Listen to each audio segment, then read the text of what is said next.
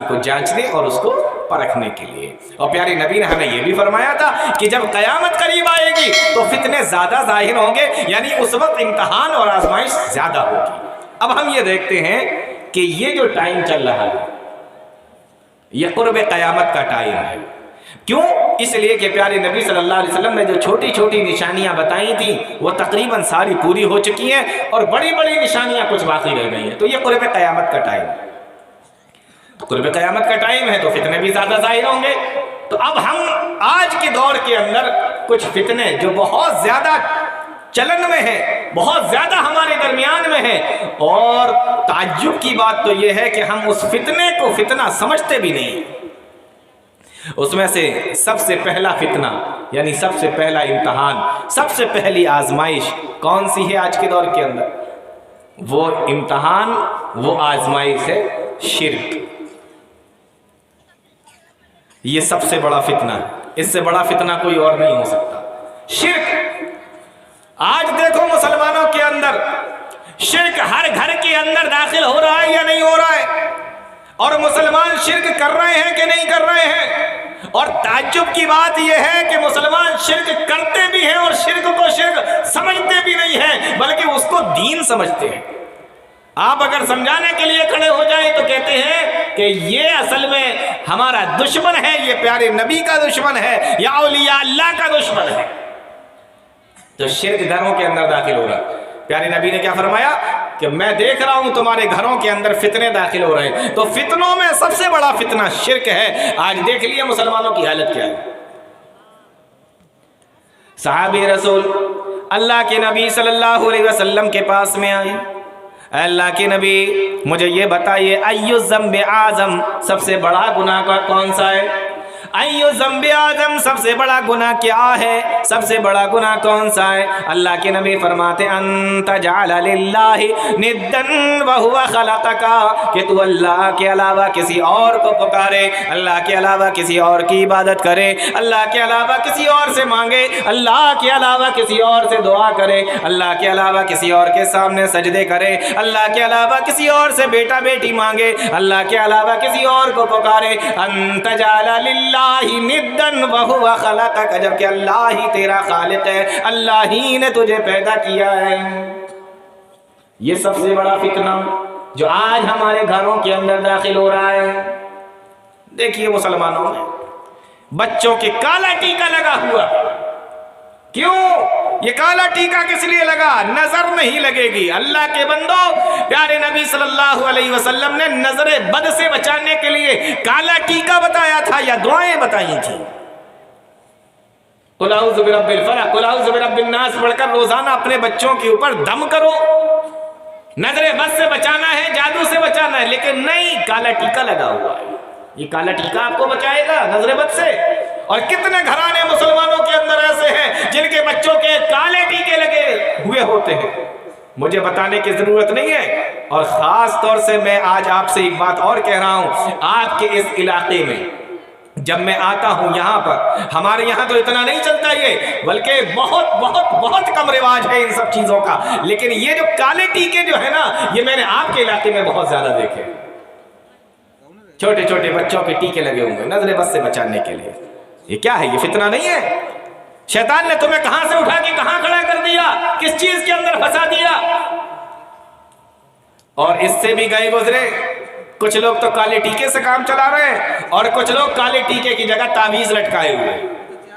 کسی کے گلے میں تعویذ بندھا ہوا ہے، کسی کے بازو پہ تعویذ بندھا ہوا ہے، کسی کے کمر پہ تعویذ بندھا ہوا ہے. اب کہو کہ تعویذ کیوں باندھتے ہو؟ تو لڑنے کے لیے کھڑے ہو جائیں گے کہ مولانا صاحب تعویذ کیوں نہ باندھیں؟ تعویذ تو ہم اس لیے باندھتے ہیں کیونکہ تعویذ کے اندر تو قرآن کی آیت لکھی ہوئی ہوتی ہے. اللہ کے بندوں اور اللہ کی بندیوں، جب قرآن کی آیت اس کے اندر لکھی ہو تو تم کمر پہ باندھے گھوم رہے ہو. یہ قرآن کی بے ادبی نہیں ہے، یہ قرآن کی گستاخی نہیں ہے، یہ قرآن کی بے ادبی نہیں ہے. تو یہ کیا ہے؟ یہ فتنہ ہے.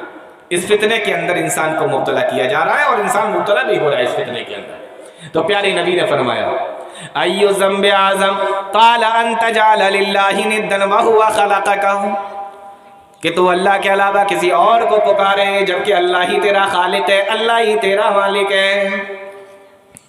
اللہ رب العالمین اسی شرک کے بارے میں جس فتنے کو ہم فتنہ ہی نہیں سمجھتے. سنو مسلمانوں، اللہ نے قرآن میں کیا فرمایا؟ فرمایا ان اللہ لا یغفر ان یشرک بہ ویغفر ما دون ذلک لمن یشاء. او دنیا کے لوگوں، ان اللہ لا یغفر ان یشرک بہ، اللہ کبھی شرک کرنے والے کو معاف نہیں کرے گا. اللہ کبھی شرک کرنے والے کو معاف نہیں کرے گا. ویغفر ما دون ذلک لمن یشاء، اور اس کے علاوہ جس گناہ کو چاہے گا معاف فرما دے گا. لیکن شرک کرنے والے کو اللہ کبھی معاف نہیں کرے گا. ڈر جاؤ، شرک کرنے سے ڈر جاؤ. آپ کہیں گے کہ یہ شرک کیا ہے؟ یہ شرک وہی ہے کہ آپ کو لگتا ہے کہ اللہ بھی اولاد دینے پر قادر ہے اور دوسرے صاحب بھی اولاد دینے پر قادر ہے. فلاں صاحب بھی اولاد دے دیتے ہیں، فلاں صاحب بھی بیٹا بیٹی دے دیتے ہیں، فلاں صاحب بھی بگڑی بنا دیتے ہیں، فلاں صاحب بھی مشکل کشائے ہیں، فلاں بھی حاجت روائے ہیں. ان سے مانگو یا ان سے مانگو ایک ہی بات ہے. یہی تو شرک ہے. سجدے کس کے لیے ہونا چاہیے؟ دعائیں کس سے مانگنا چاہیے؟ لیکن آج کتنے مسلمانوں کو آپ نے خود دیکھا ہوگا کہ دعائیں کہیں اور کھڑے ہو کے مانگ رہے ہیں، دعائیں کسی اور سے ہو رہی ہیں، سجدے ہو رہے ہیں. اس کو شرک نہیں کہتے اور کیا کہتے ہیں؟ اللہ فرماتا ہے ان اللہ لا یغفر ان یشرک بہ، اللہ شرک کرنے والے کو معاف نہیں کرے گا.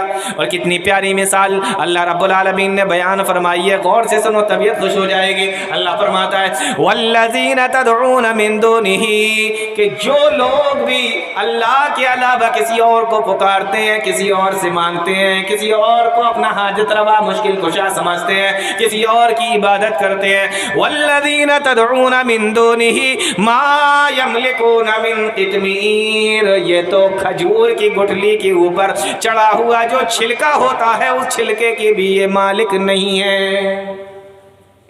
کیا بیان فرمایا؟ کھجور کی گٹھلی پر چڑھا ہوا جو چھلکا ہوتا ہے اس چھلکے کے بھی یہ مالک نہیں ہے. دیکھا ہے نا آپ لوگوں نے؟ کھجور تو کھائی ہوگی نا، یا سعودی عرب جائیں گے تبھی کھائیں گے، ہے نا؟ کھجور تو کھائی ہوگی نا، رمضانوں میں تو خوب کھائی ہوگی. ہاں، رمضانوں میں کھانا بھی چاہیے، کھجور تو ویسے بھی کھاتے رہنا چاہیے. تو گٹھلی کے اوپر اس کے ایک پتلی سی جھلی چڑھی ہوئی ہوتی ہے، اس کو قطمیر بولا جاتا ہے. اللہ تعالیٰ نے فرمایا یہ تو اس کے بھی مالک نہیں ہے. عرب کا معاملہ ہے، عرب کا دیش ہے، قرآن بھی وہیں اتر رہا ہے، پیارے نبی بھی وہیں کے ہیں، صحابہ اکرام بھی وہیں کے ہیں، ماننے والے بھی وہیں کے ہیں، نہ ماننے والے بھی وہیں کے ہیں. ابو جہل بھی وہیں کا ہے اور ابو بکر صدیق بھی وہیں کے ہیں، ماننے والے بھی وہیں کے، نہ ماننے والے بھی وہیں کے. کھجور پیدا ہوتی ہے، خوب کھایا کرتے تھے. وہ کیا، ان کے اونٹ اور ان کے جانور بھی کھجوریں کھایا کرتے تھے، کھجور کو بہت اچھے سے جانتے تھے. تو اس کے اوپر چڑھا ہوا چھلکا اور جھلی کو کیسے نہیں پہچانتے؟ اللہ نے اسی سے مثال دی، فرمایا یہ جھلی اس کے بھی مالک نہیں ہے. دیکھو اس کے اندر کتنا بڑا فلسفہ ہے. میں آپ کو بتا رہا ہوں، اگر اللہ تعالیٰ چاہتا تو یہ بھی کہہ سکتا تھا کہ یہ لوگ جن کو اللہ کے علاوہ پکارتے ہیں، اللہ کے علاوہ جن سے دعائیں مانگتے ہیں، یہ تو سورج کے بھی مالک نہیں ہے، یہ تو زمین کے بھی مالک نہیں ہے، یہ تو آسمان کے بھی مالک نہیں ہے، یہ تو پہاڑوں کے بھی مالک نہیں ہے. اللہ نے اتنی بڑی بڑی چیزوں کا نام نہ لیا، بلکہ اللہ نے بالکل معمولی سی چیز کا نام لیا اور فرمایا یہ تو کھجور کی گٹھلی کے اوپر چڑھے ہوئے چھلکے کے بھی، جھلی کے بھی مالک نہیں ہے. کیوں فرمایا؟ بڑی چیزوں کا بھی تو نام لیا جا سکتا تھا نا، لیکن نہیں، بڑی چیزوں کا نام لیا جاتا تو شک پیدا ہو جاتا. کیسے؟ میں کہوں اگر کسی سے کہ آپ کے پاس 1,00,000 روپیہ نہیں ہے تو شک ہو سکتا ہے کہ بھائی 1,00,000 نہیں ہے، ہو سکتا 50,000 ہو. سمجھ میں آ رہا ہے؟ ہاں. اگر میں یہ کہوں کہ آپ پہاڑ کے مالک نہیں ہیں تو آپ سوچ سکتے ہیں ہو سکتا پہاڑ کے مالک نہیں ہے لیکن پہاڑی کے ہوں. تو یہ بیان نہیں کیا جا رہا ہے. میں آپ سے کہوں کہ آپ کے پاس 1,000 روپے نہیں ہے تو ہو سکتا ہے کہ 1,000 نہ ہو 500 ہو، 500 کے آپ مالک ہو نا. یہ نہیں بتایا جا رہا. اتنی چھوٹی چیز کا نام لیا کہ سننے والے کو بھی شرم آ جائے. فرمایا تم کھجور کی گٹھلی کے اوپر جو چھلکا چڑھا ہوا ہوتا ہے، جو منہ میں آ جاتا ہے تو کھا لیتے ہو، نہیں آتا ہے تو پھینک دیتے ہو، جس کی کوئی اوقات نہیں سمجھتے ہو تم اس کے بھی مالک نہیں ہو، اس کے بھی مالک نہیں تو۔ اب آپ ایک چیز اور دیکھیں پھر اس کے اندر، تو اسی سے مثال کیوں دی؟ کوئی اور چیز بھی لی جا سکتی تھی، یہ جھلی ہی کی مثال کیوں دی جا رہی ہے؟ تو حکماء نے یہ بات لکھی ہے، بڑی پیاری بات۔ وہ کہتے ہیں کہ اللہ نے کسی چیز کو بیکار نہیں بنایا۔ یہ جو چھلکا ہے نا، جو گٹھلی کے اوپر چڑھا ہوا ہوتا ہے، یہ اتنی زبردست چیز ہے کہ یہ کھجور کی مٹھاس کو گٹھلی کے اندر نہیں جانے دیتا، اور گٹھلی کی کڑواہٹ کو کھجور کے اندر نہیں آنے دیتا۔ یہ معمولی سی چیز۔ اللہ فرماتا ہے والذین تدعون من دونہ ما یملکون من قطمیر، مالک نہیں۔ آج ہم اپنے بچوں کی تربیت کیسے کرتے ہیں، آئے ہیں، اور پیارے نبی صلی اللہ علیہ وسلم تھے، وہ کیسے تربیت کیا کرتے تھے۔ میری مائیں بہنیں خاص طور سے اس بات کو غور سے سنیں۔ اللہ کے نبی صلی اللہ علیہ وسلم کے پاس عبداللہ بن عباس بیٹھے ہوئے ہیں، چھوٹے سے بچے ہیں، پیارے نبی صلی اللہ علیہ وسلم کے پاس میں بیٹھے ہیں۔ آپ نے فرمایا یا غلام، اے بچے، اے بیٹے، جیسے ہم لوگ پیار میں کہہ دیتے نا اے میرے بیٹے۔ کبھی کبھی نا کسی کو آپ بیٹا کہہ دو تو غصہ ہو جاتا ہے، میں بیٹا تھوڑی ہوں میں تمہارا۔ پیار میں بیٹا کہہ سکتے ہیں، پیارے نبی بھی کہا کرتے تھے۔ کئی حدیثیں اس طریقے کی آئی ہیں کہ پیارے نبی نے چھوٹے بچوں سے بیٹا کہا ہے۔ تو اگر کوئی بڑا آدمی کسی چھوٹے کو بیٹا کہے تو برا ماننے کی کوئی ضرورت نہیں ہے، ٹھیک ہے نا؟ چلیے اب آگے بڑھتے ہیں۔ پیارے نبی نے فرمایا یا غلام، او بچے، او بیٹے، انی اعلمک کلمات، میں تجھے کچھ چیزیں سکھا رہا ہوں، اس کو ہمیشہ یاد رکھنا۔ کہ اللہ کے نبی ضرور بتائیں۔ آپ نے فرمایا اذا سألت فاسأل اللہ، جب تم سوال کرنا تو اللہ ہی سے سوال کرنا۔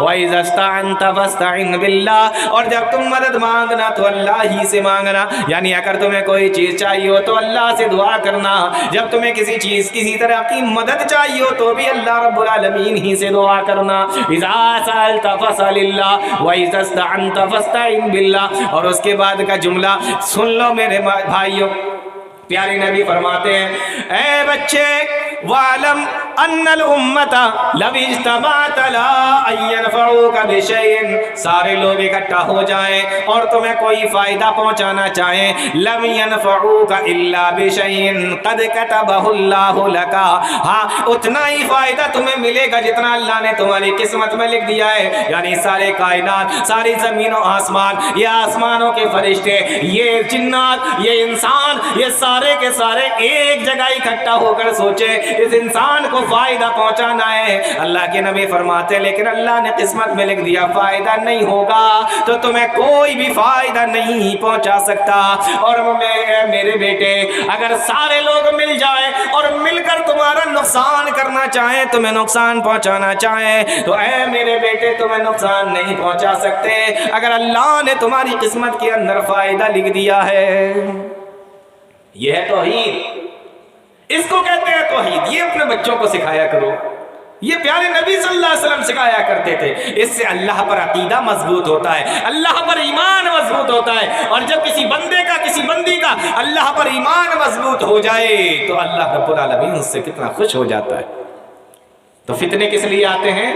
امتحان کے لیے، آزمائش کے لیے، کہ تمہارا ایمان کتنا پختہ ہے۔ آج دیکھ لو میری ماں بہنوں، ذرا سا بچہ بیمار ہوا، 2-3 دن تک تو دوا لینے کے لیے گئے، اور جب 2-3 دن تک کوئی فائدہ نہ ملا، شوہر بیچارہ توحید والا ہے، اللہ کو ماننے والا ہے، شرک سے دور رہتا ہے، لیکن یہ عورت بار بار کہہ رہی ہے کہ میری سہیلی کہہ رہی تھی، میری خالہ کہہ رہی تھی، میری چچی کہہ رہی تھی، میری بہن کہہ رہی تھی فلاں بابا کے پاس میں چلے جانا، فلاں بابا کے پاس میں جا کے تعویذ لے لینا، فلاں بابا کے پاس مزار پہ چلے جانا، فلاں جگہ پہ چلے جانا، دعا کر لینا، بچہ ٹھیک ہو جائے گا۔ شفا کون دیتا ہے؟ بولو، شک ہے کوئی آپ لوگوں کو؟ ابھی مجھ سے پہلے جو صاحب تقریر کر رہے تھے اس میں تو آپ لوگ بہت بول رہے تھے، میں دیکھ رہا تھا پیچھے سے بیٹھ کے۔ اب میں بول رہا ہوں تو آپ خاموش بیٹھے ہوئے، ہے نا؟ تو شفا کون دیتا ہے؟ صحت کون دیتا ہے؟ اللہ رب العالمین دیتا ہے۔ پیارے نبی صلی اللہ علیہ وسلم فرماتے ہیں اے میرے بچے، ان تمام چیزوں کا دھیان رکھنا، یہ میں تمہیں بتا دے رہا ہوں۔ آج میری مائیں بہنیں ذرا غور کریں، ایسی ایسی جگہوں پر جا کر جب آپ اللہ کے در کو چھوڑتے ہیں تو آپ ایسی ایسی جگہوں پر جاتے ہیں، سب سے پہلے آپ کا ایمان جاتا ہے، پھر آپ کی دولت جاتی ہے، اور کبھی کبھی تو وہاں پر انسان کی عزت بھی چلی جاتی ہے۔ ایسا ہوتا ہے کہ نہیں ہوتا؟ اللہ کا در چھوڑ کر کہیں نہیں بچ جائیے۔ ہو سکتا ہے کہ آزمائش ہو سکتا ہے کہ امتحان ہو۔ اللہ کہتا ہے نا وَنَبْلُوكُمْ بِالشَّرِّ وَالْخَيْرِ فِتْنَةً، کہ ہم تمہیں آزمائیں گے۔ ہو سکتا ہے اللہ کا امتحان ہو، بس اللہ سے دعا کرو پروردگار سے، اس امتحان میں اگر آپ کامیاب ہو گئے آپ کی دنیا بھی سمجھ جائے گی اور آخرت بھی سمجھ جائے گی۔ تو فتنہ انسان کو امتحان اور آزمائش کے لیے آتا ہے۔ حضرت اکرمہ رضی اللہ تعالیٰ عنہ کون نہیں جانتا؟ حضرت اکرمہ رضی اللہ تعالیٰ عنہ اللہ کے نبی صلی اللہ علیہ وسلم فتح مکہ کا موقع ہے، مکہ فتح ہو گیا ہے، سنہ 8 ہجری کا زمانہ ہے۔ پیارے نبی صلی اللہ علیہ وسلم نے مکہ کو فتح کر لیا، 10,000 صحابہ اکرام نبی کے ساتھ میں۔ حضرت اکرمہ جانتے ہو یہ کون تھے؟ ابو جہل کے بیٹے۔ کون ابو جہل؟ جو مسلمانوں کا سب سے بڑا دشمن ہے۔ حضرت اکرمہ یہ ابھی تک اسلام نہیں لائے، یہ بھی مسلمان نہیں ہوئے۔ جب انہوں نے دیکھا کہ مکہ فتح ہو گیا، ڈر پیدا ہوا کہ اگر پکڑ لیا گیا تو کہیں ایسا نہ ہو کہ گردن مار دی جائے، کہیں ایسا نہ ہو کہ پھانسی پہ لٹکا دیا جائے۔ کون سا ایسا جرم ہے جو ہم نے مسلمانوں کے خلاف کیا نہ ہو؟ کون سا ایسا ظلم ہے جو ہم نے مسلمانوں پر ڈھایا نہ ہو؟ کون سی ایسی جنگ ہے جس میں ہم مسلمانوں کے خلاف لڑے نہ ہو؟ آج پریشان ہیں، کیا کریں سوچ سمجھ میں نہیں آ رہا ہے۔ اپنی جان کو بچانے کے لیے مکہ سے بھاگ پڑے، مکہ سے نکل پڑے اور دریا کے کنارے پر پہنچے، دیکھا ایک سمندر کی طرف جہاز جا رہا ہے، فوراً ہی اس کے اندر سوار ہو گئے۔ کہاں جا رہا ہے کوئی مطلب نہیں، بس مکہ سے دور ہو جائیں، مکہ سے دور چلے جائیں، کہیں مسلمانوں کے پکڑ میں نہ آ جائیں، مسلمان ہمیں پکڑ نہ لے۔ جہاز کے اوپر سوار ہوئے، اللہ کا کرنا دیکھو، اب یہ جہاز آگے بڑھ رہا ہے، جب بیچ دریا میں پہنچا تو طوفان آ گیا اور جہاز دریا کے اندر ڈاوا ڈول ہونے لگا کہ ابھی گرا کہ تب گرا، ابھی ڈوبا کہ تب ڈوبا۔ ایسا معلوم ہو رہا تھا کہ ابھی یہ ڈوب جائے گا، سارے کے سارے لوگ مر جائیں گے۔ ایسے میں سارے لوگ جو جہاز کے اندر بیٹھے ہوئے تھے کہنے لگے دیکھو اس مصیبت کے اندر میری ماں بہنوں غور سے سن لینا، میرے بھائیوں ذرا سنیے، کہنے لگے وہ ناؤ میں بیٹھنے والے سارے کے سارے لوگ کہتے ہیں اس مصیبت کے وقت میں اگر تو کوئی تمہیں بچا سکتا ہے تو وہ صرف اللہ کی ذات ہے، صرف اللہ ہی تمہیں بچا سکتا ہے۔ اس لیے پورے خلوص کے ساتھ میں، پورے دل کے ساتھ میں اللہ رب العالمین سے دعا کرو، اللہ تمہیں اس مصیبت سے بچا لے گا۔ حضرت اکرمہ بھی وہیں بیٹھے ہوئے ہیں، سوچنے لگے کیا رے یہ کیا کہہ رہا ہے، جو اللہ ہمیں اس دریا کے اندر بچانے پہ قادر ہے، کیا وہی اللہ ہمیں خشکی میں نہیں بچا سکتا؟